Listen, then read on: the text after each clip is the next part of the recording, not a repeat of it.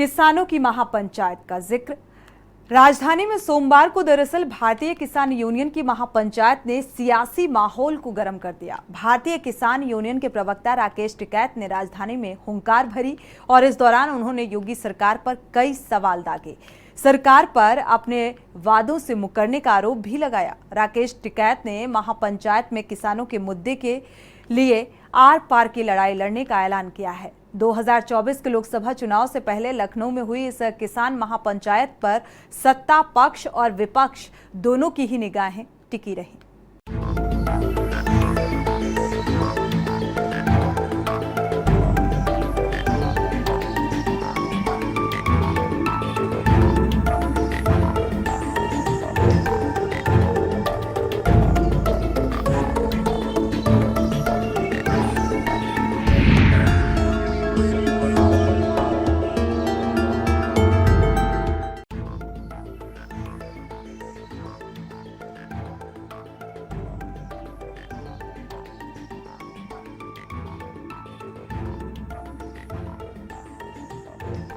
उत्तर प्रदेश की राजधानी लखनऊ में सोमवार से किसानों की महापंचायत हुई। इको गार्डन में हो रही इस महापंचायत ने प्रदेश का माहौल सरगर्म कर दिया है।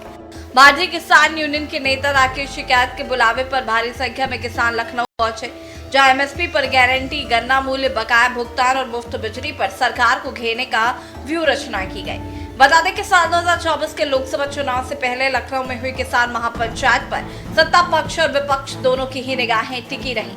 महापंचायत शुरू होने से पहले ही राकेश टिकैत ने अपने तेवर दिखाए तो मंच पर भी किसान नेता ने कई मुद्दों पर सरकार को घेरा। किसान नेता ने आरोप लगाया है कि एमएसपी और बकाया भुगतान के मुद्दों पर सरकार अपने वादे पूरा नहीं कर सकी। मुफ्त में बिजली देने के ऐलान पर भी अमल नहीं हुआ। टिकैत ने ऐलान किया है कि महापंचायत में किसानों के मुद्दों के लिए आर पार की लड़ाई लड़ी जाएगी।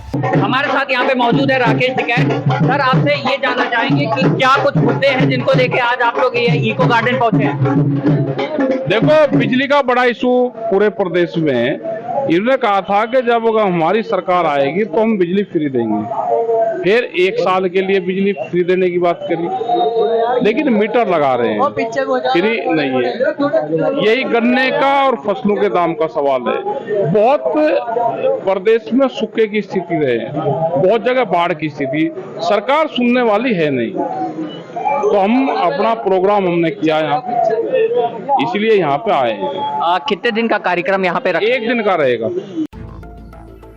किसान नेताओं ने ये साफ किया कि अभी तक उन्होंने लोकसभा चुनाव में किसी भी दल को समर्थन को लेकर कोई फैसला नहीं लिया है। उन्होंने साफ कहा कि जब सरकार बोलने देगी तभी तो सही से आवाज उठेगी। प्रदेश से लेकर देश में छाए सनातन के मुद्दे पर किसान नेता ने बयान देते हुए कहा कि सनातन पर किसी को बात नहीं करनी चाहिए। सनातन धर्म है और धार्मिक विवाद सही नहीं है।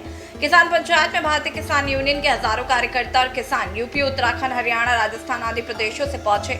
राजधानी की सड़कों पर कार्यकर्ता और किसान ही नजर आए। एक दिन की महापंचायत की किसानों को सरकार को एक बार फिर अपनी ताकत का एहसास कराया। बता दें कि 2 साल पहले 22 सितंबर 2021 में लखनऊ में संयुक्त किसान मोर्चा की ओर से किसान महापंचायत बुलाई गई थी। तब एमएसपी की गारंटी देने वाले कानून की मांग जोर शोर से उठी थी, लेकिन एमएसपी पर गारंटी के मुद्दे पर कोई बात नहीं बन पाई।